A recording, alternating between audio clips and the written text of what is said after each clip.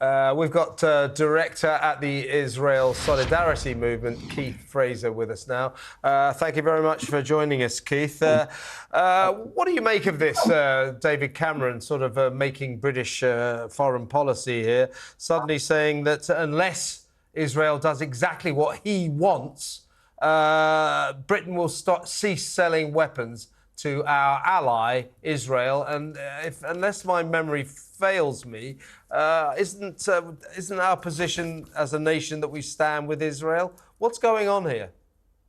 Well, first of all, there's no question that the UK needs to stand with Israel. Israel is a Western democracy, the only one in a region of tyranny, and there's no question that the UK should stand side by side with Israel as it tries to defeat this radical Islamic enemy that actually wants to wreak havoc on all of us, whether you're Jewish, Christian, Hindu, or what have you.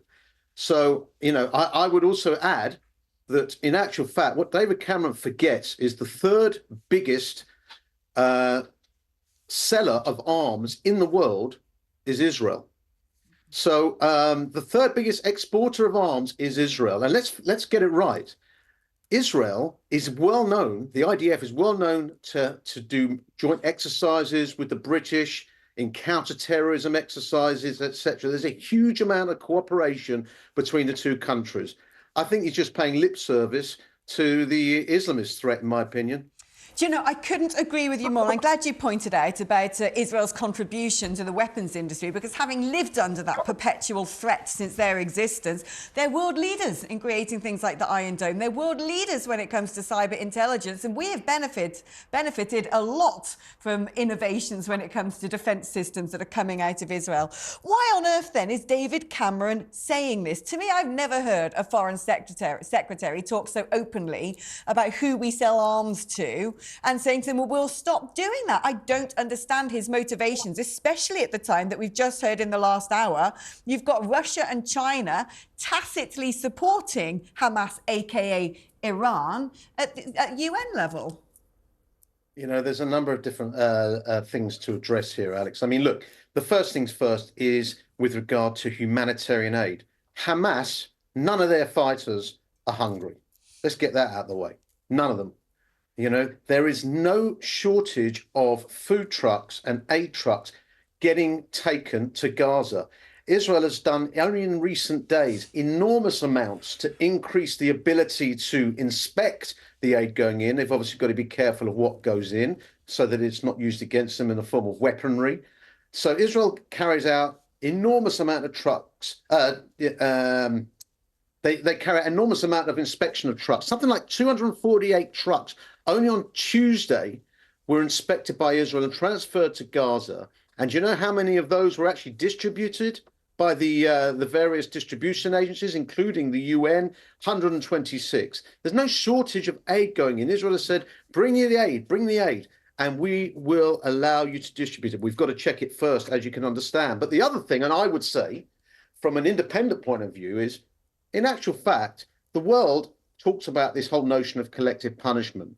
The United Nations has numerous occasions imposed sanctions, which is a form of collective punishment on an economy, which actually harms the individual civilians. Well, if I was the Israeli Prime Minister, I might say to Hamas, release the hostages now, or you're not getting anything coming in. How about that? Well, works for me, Keith. But here's the thing, right?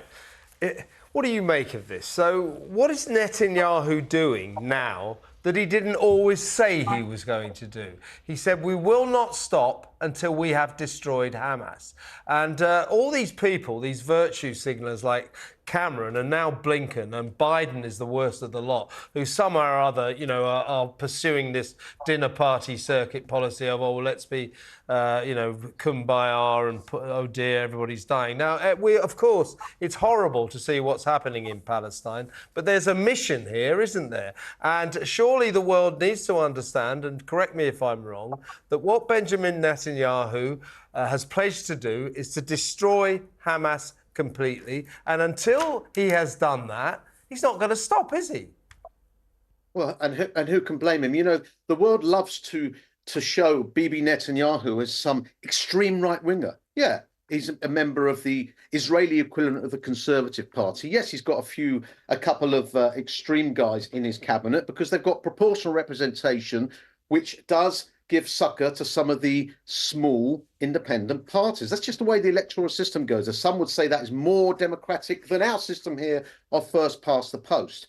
But yes, what does the world want? Ceasefire now. I tell you, the only way we should have ceasefire now is, as you know, it should be surrender now. If Hamas surrendered, gave up the hostages, gave up its weapons, put his hands up in the air, end of story. And that is the point of view. And while there's another 6 battalions, Hamas battalions in Rafah, are you telling me that we should have a ceasefire only for to be broken within a year's time when Hamas try and commit more atrocities?